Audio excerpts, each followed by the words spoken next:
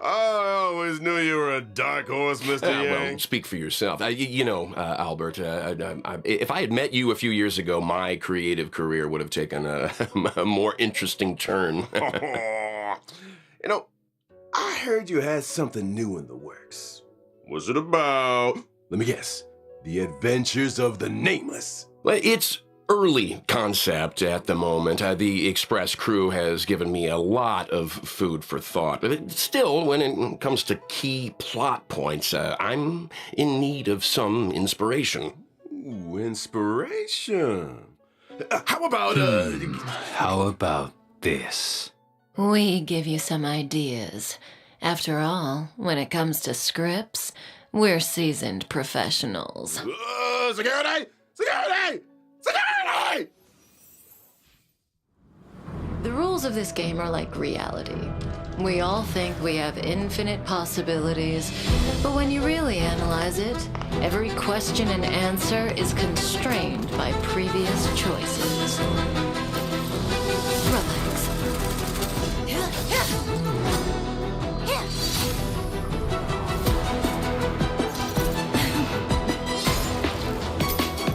Time to say bye. Boom.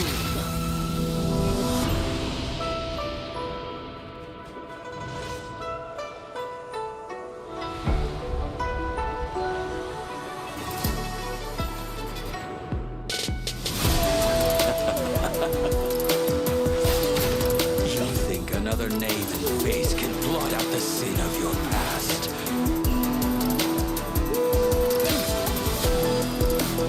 Fail. Defend you. Release your full potential. The power you carry is the key to opening a way through to the ambrosial arbor. As coming here triggered your memory. What happens next is in your hands. You, and you. All three of you are staying right here. The karma of past lives changed the world of the present. I wish for you to despair, suffer, crumble, turn on one another, and destroy that which you love with your own hands.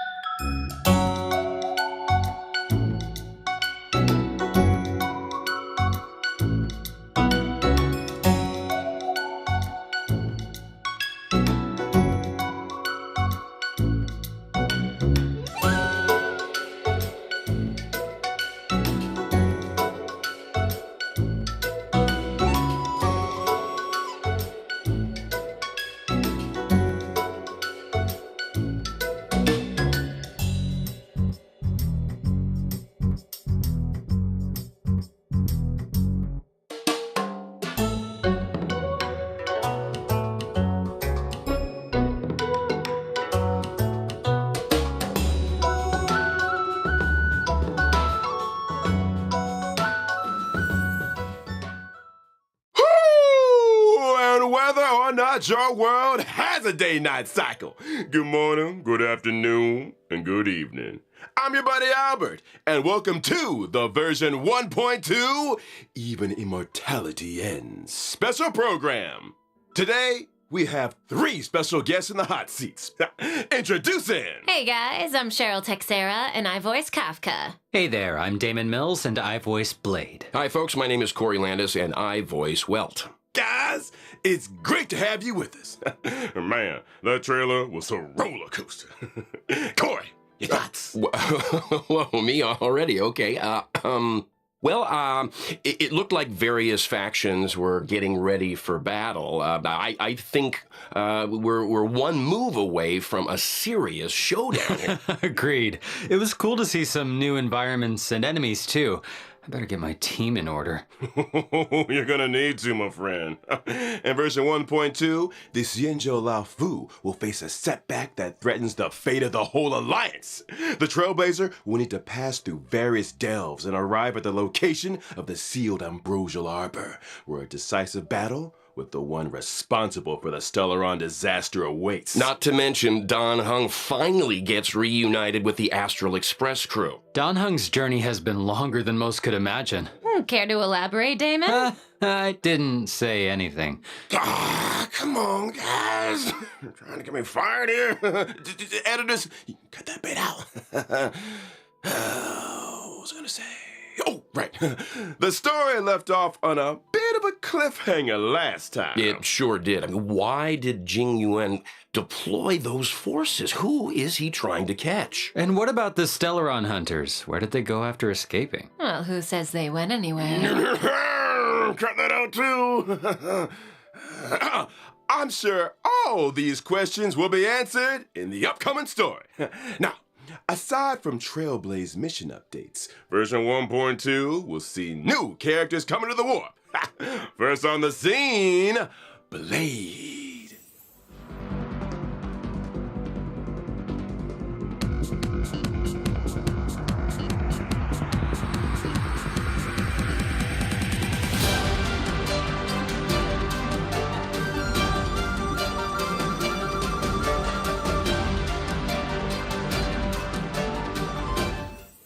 I have a question for Damon. If, say, there were 5 people, would I be one of them? I don't know. Yeah, me neither. Don't look at me. I don't know anything about anything. Okay? Well, I'm pretty sure I'm not one of the 5 people, but here is a fact for you. Whenever Blade gets scary, it's the Mara flaring up. Isn't he always scary? He usually does what I tell him. I should probably unpack that a little. Blade relies on Kafka's spirit whisper to suppress the Mara inside him. Yeah, that's what I meant to say. You know, most of the time, Bladey's a nice, quiet boy. Totally. He's not a strong communicator, that's for sure. I'm pretty sure half my recording sessions have focused on 2 sounds. Number 1, Number 2, I can believe that. It's strange that a lone wolf like him would want to team up with the Stellaron hunters. Unless Kafka's spirit whispered him into it? Kafka was more of a go-between. The real reason Blade joined was because Elio promised him the outcome he desired. Outcome? Meaning vengeance? Look, a certain someone on the Express has been having nightmares about this guy. Not just vengeance, a funeral. A funeral? his own, to be precise. Through unexpected circumstances, Blade became immortal. His body recovers from the worst of sicknesses and the gravest of injuries, even from death itself. Those bandages aren't for show. For Blade, immortality isn't a blessing. It's a curse that follows him wherever he goes. Yikes. And I thought I had a problem, huh? Well, let's leave something to the imagination here. I'm sure our Trailblazers will find out more about Blade's backstory as things unfold. For now, let's take a look at what he's capable of on the battlefield. Blade is a wind-type character, following the path of destruction. By consuming his own HP, he's able to deal greater damage to enemies.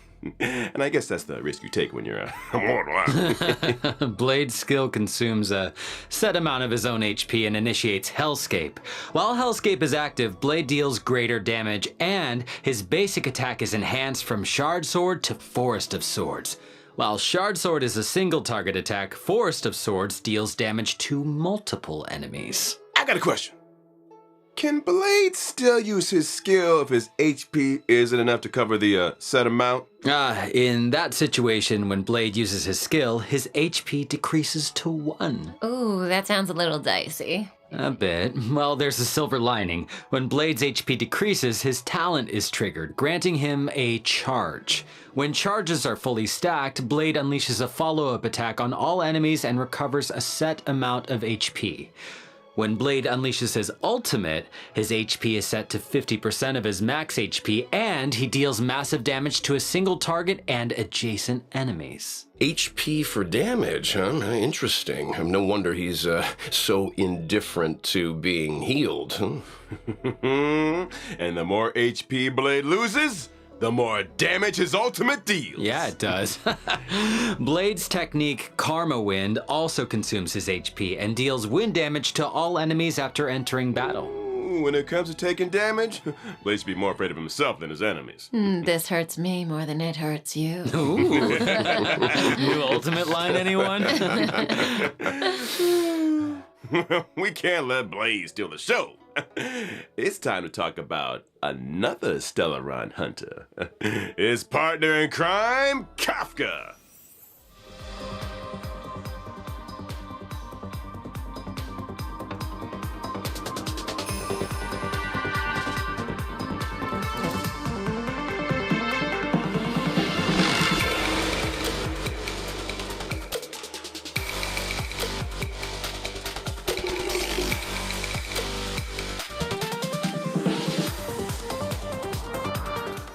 Kafka's a familiar face at this point in the story.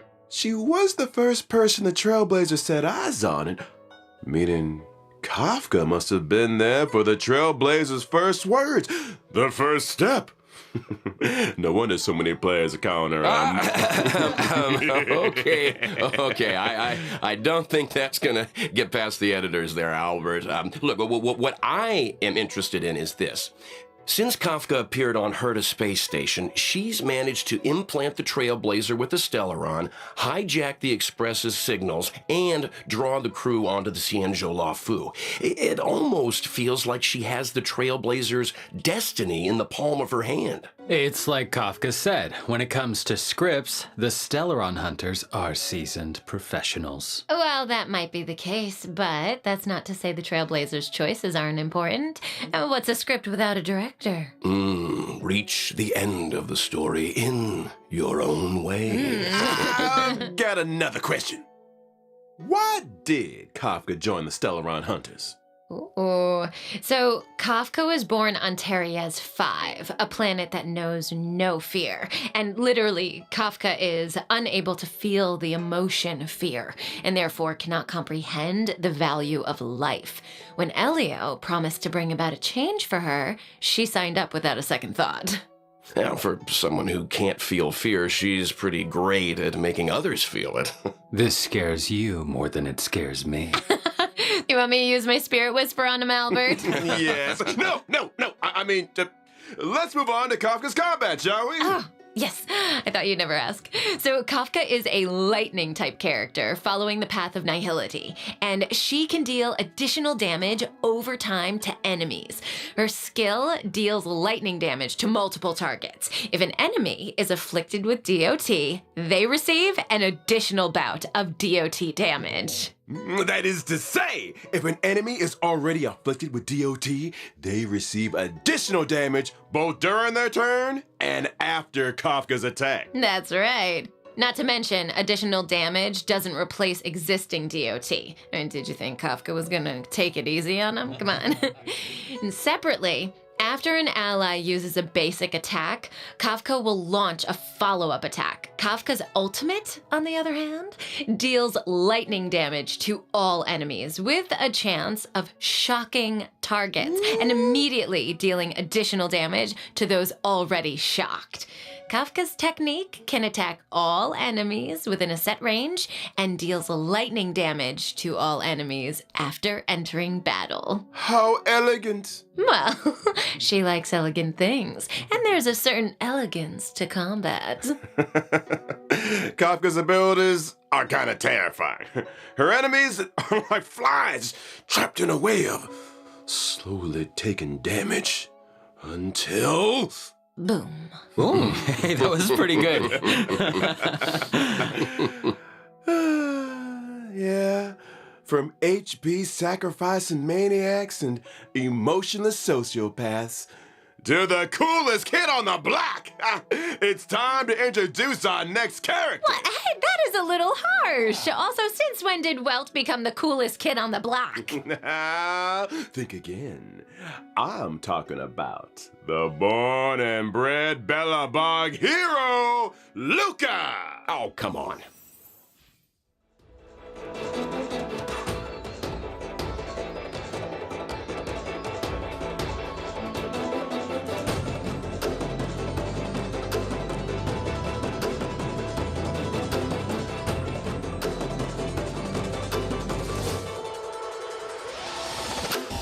So that's the guy on the light cone. He looks a little different on the light cone. Luca is an underworld fighter that goes by the moniker Luca Strongarm. He's a member of Wildfire and apprentice to Oleg. Wait, doesn't the underworld have a fight club? I guess that must be where Luca spends his time. Oh, you better believe it.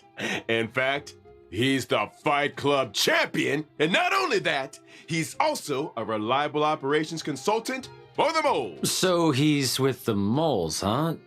Does Luca know he's a member? Probably. The kids of the underworld look up to Luca in a big way. And the reason he fights is to set a good example of dedication and discipline. And speaking of fighting, let's take a look at him in action.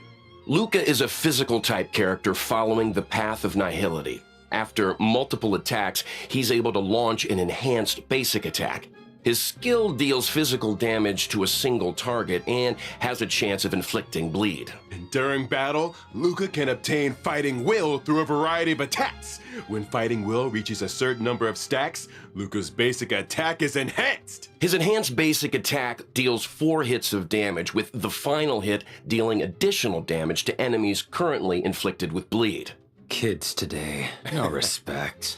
When Luca unleashes his ultimate, in addition to dealing damage, he also obtains fighting will, and there's a chance of increasing the target's damage received for a set number of turns. Woo! And when your opponent's fist is the same size as your head, it's time to throw in the towel. Yeah, well, it's the power of those punches that scares me. I'm sure having a robotic arm is also a big help, but I think Luca's strength lies in his love of the sport. Oh, and I almost forgot. When using his technique during exploration, Luca obtains fighting will after entering battle. Jeez! Does this guy ever take a break?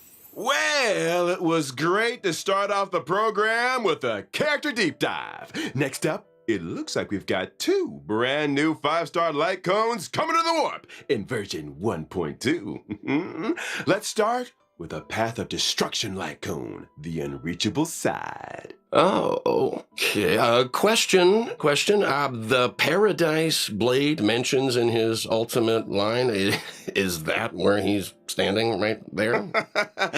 I don't know what paradise means to you, Corey, but a barren sword-filled wasteland isn't my idea of a vacation. Speak for yourself. Here's a fun fact. Each of those swords had an owner, and Blade was the last one to see them alive. Oh, whoa! So he killed them for their swords. Only a brutal, calculated, jealous mind could do something like that. Stop! The maniac and sociopath segment is over. Moving swiftly onto a 5-star Path of Nihility light cone. Patience is all you need. Here we see our resident sociopath again. Okay. Well, looks like Kafka's waiting for the main course to arrive there, huh? What do you think's on the menu? You want to guess? What are you looking at me for? Come on, nobody eats out, right? During the first phase of version 1.2 in the character warp, a Lost Soul, Trailblazers can obtain the limited 5-star character Blade. During the same phase, in the Lycon event warp, the drop rate of the 5-star light cone, the unreachable side, will be boosted. And during the second phase of version 1.2 in the character warp, Nessun Dorma, Trailblazers can obtain the limited 5-star character Kafka and 4-star character Luca. And during the same phase, in the light cone event warp, the drop rate of the 5-star light cone, patience is all you need, will be boosted. And that's a wrap on banners. Whew, I need to lie down.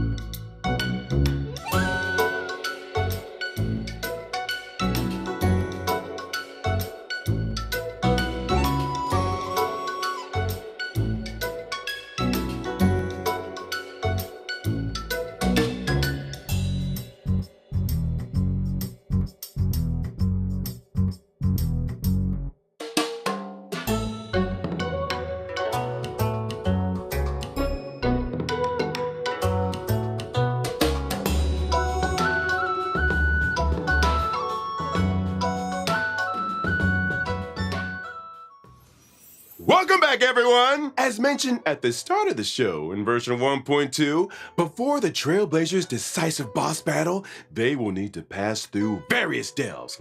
No surprise then, that 1.2 would unlock 2 new areas, the Alchemy Commission and Scale Gorge Waterscape. Now, the Alchemy Commission, is that where the Xianzhou makes its medicines, or...? Ooh, you got it! The Alchemy Commission is one of the 6 commissions of the Lafu. And, for no prize whatsoever, can anyone name all 6? Oh, yeah, let's see. The Alchemy Commission, the Divination Commission. The Skyfaring Commission, the Artisanship Commission, the Cloud Knights. Oh, shoot, what was that other one? Drum roll, please. The Realm Keeping Commission. Oh, that's right, that's right. The Alchemy Commission used to focus their efforts on the way of immortality, but these days, it's all about medical research and treating diseases. Now, the Trailblazer came face to face with some Alchemy Commission folks in Exalting Sanctum, but things seemed a little off. I don't want to create more work for the editors, but I have a theory that the reason why that... Adjacent to the Alchemy Commission lies Scale Gorge Waterscape, the realm of the Vidyana. He's just ignoring us now. We've got a lot to get through. Oh, where was I? Oh, along with the Alchemy Commission and Scale Gorge Waterscape, come new puzzles. Seems like Trailblazers will face a lot of new challenges on the road to the Ambrosial Arbor. I can't wait. Oh, Owlbert, are you making Corey read off the teleprompter? Puzzles aren't the only new challenges Trailblazers will be facing in these areas. There are monsters afoot. First up, a creature of indomitable size and destructive power, the Malefic Ape. And next on the list, an entity rid of the burden of humanity that has remodeled itself in the way of immortality, the Ascended. And finally, Yen Qing? Why would the General's aides attack a Cloud Knight lieutenant? all will be revealed in the version 1.2 story. I think we skipped an enemy, Albert. You mentioned a boss lurking on the Xianzhou Law Fu. Care for a sneak peek? Oh, how could I forget?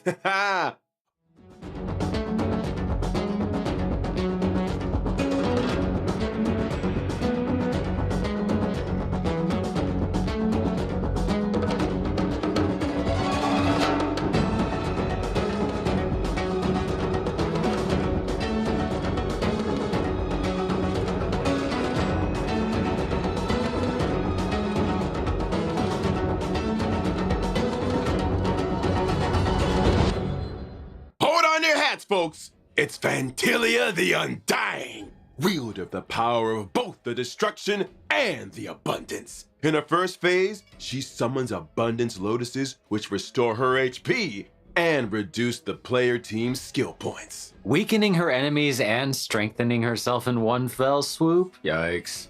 That's why choosing the right moment to destroy those Abundance Lotuses is so important. Eliminating an Abundance Lotus recovers 3 skill points. Well, when you borrow something, you gotta give it back. Now, in her second phase, Fantilia uses her Destruction power to summon Destruction Lotuses. These Lotuses reduce ally max HP and when in bloom, deal damage to a single target. So, should we just wait for them to stop blooming before we take them out? No, I doubt the power of the destruction is as simple as that. Oh, you're not wrong, Cheryl. When the Lotuses aren't in bloom, their toughness doesn't receive damage. As such, Trailblazers should seize the moment when the flowers are open to break their weakness. And finally, in the third phase, Fantilia goes golden. What terrible trick does she have up her sleeve? I'm afraid Trailblazers are gonna have to wait to find out. I'm curious, where did Fantilia even come from? How come she can use the powers of the abundance and the destruction? I hate to be that guy again, but all will be revealed in the version 1.2 story. Is anyone here getting deja vu? Hey, I can't go spelling all the beans. When the main story combat draws to a close, Fantilia the Undying will join the Echo of War and drop the advanced trace materials required for Blade, Kafka, and Luca.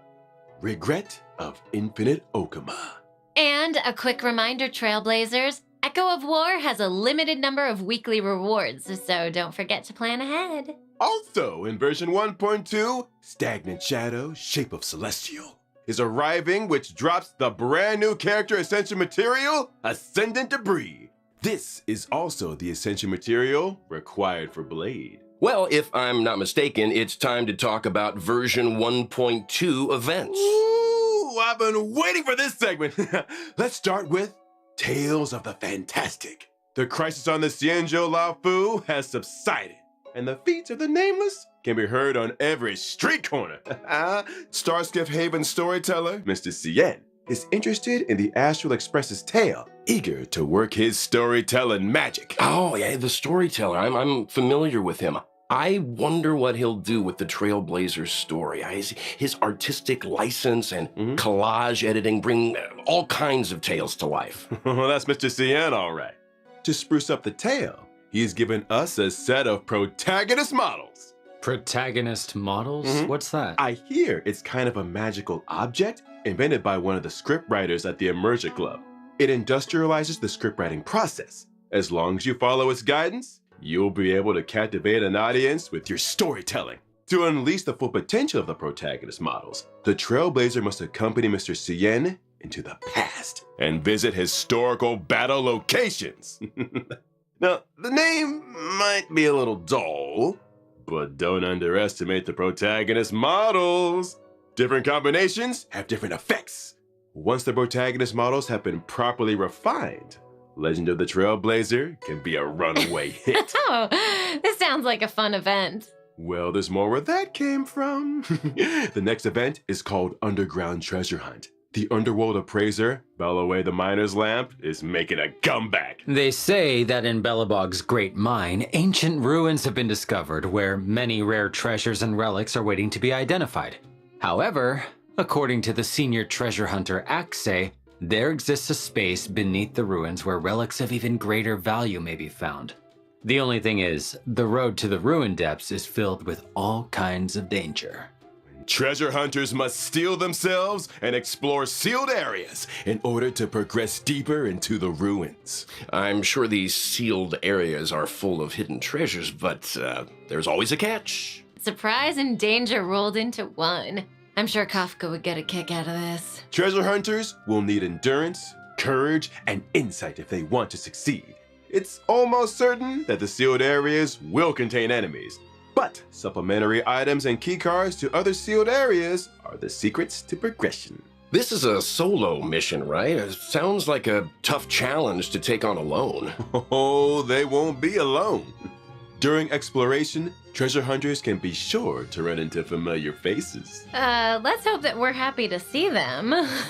So do treasure hunters get any kind of special rewards? Of course!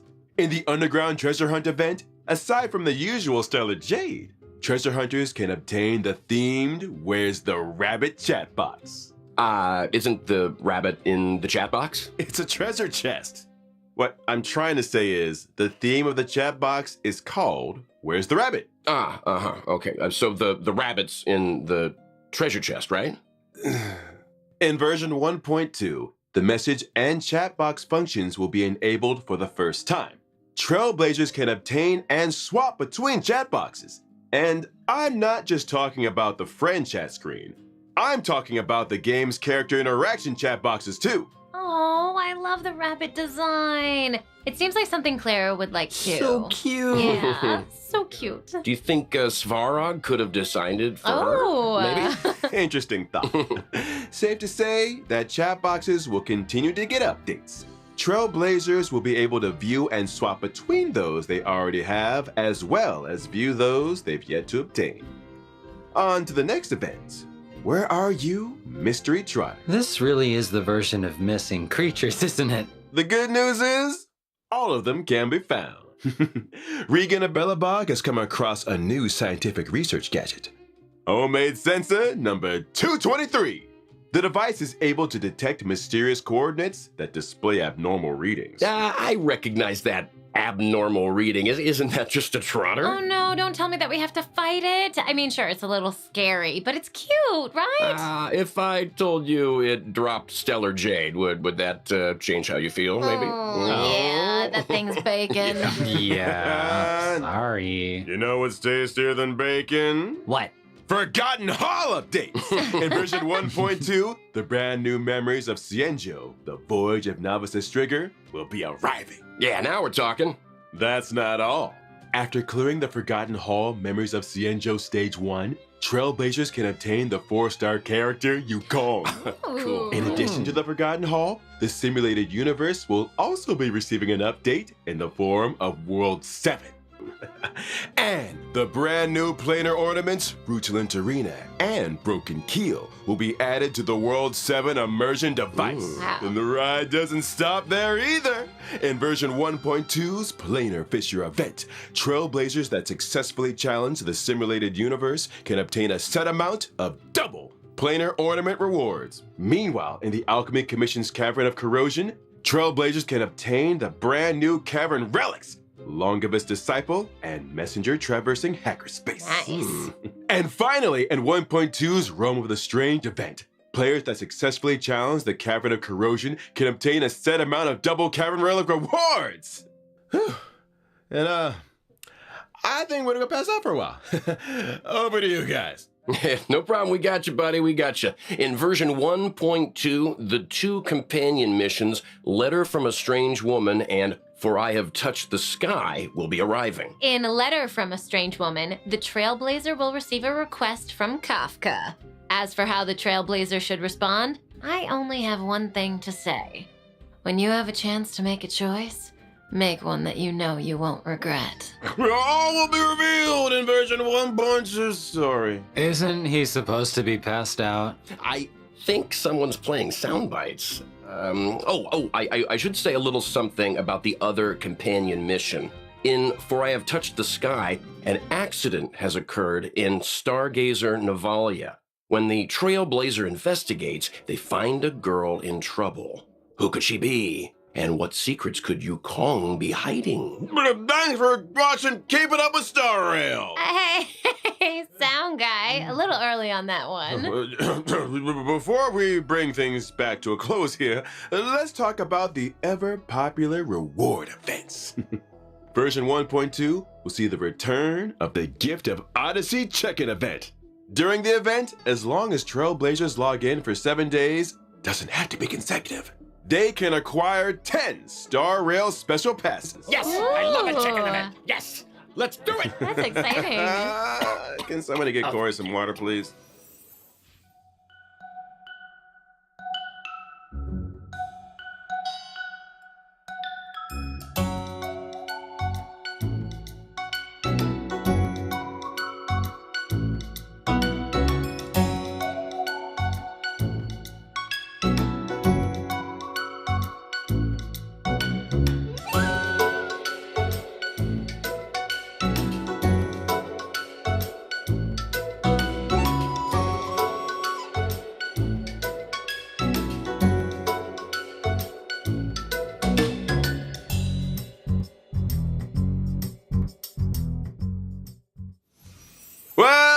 I said it last time, and I'll say it again.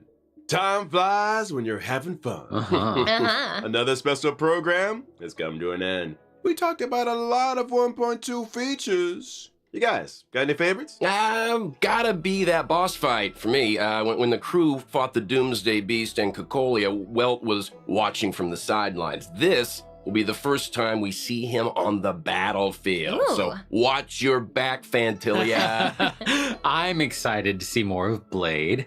Heck, I recorded enough fighting efforts to lay down an album. We better get some fight scenes, come on. Not to mention, it seems like him and Dan Hung are finally about to meet. Something tells me they're not gonna settle things over a cup of tea. Uh-oh.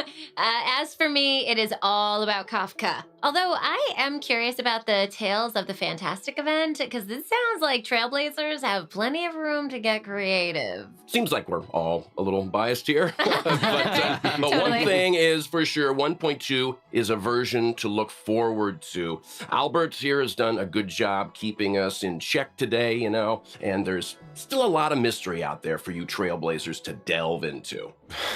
You guys were a handful, all right. But hey, we made it out alive. That's it for Honkai Star Rail version 1.2 special program, folks. Thanks again to all you Trailblazers for tuning in, and see you for the next one. Bye, So long. guys. Bye-bye. Cheerio.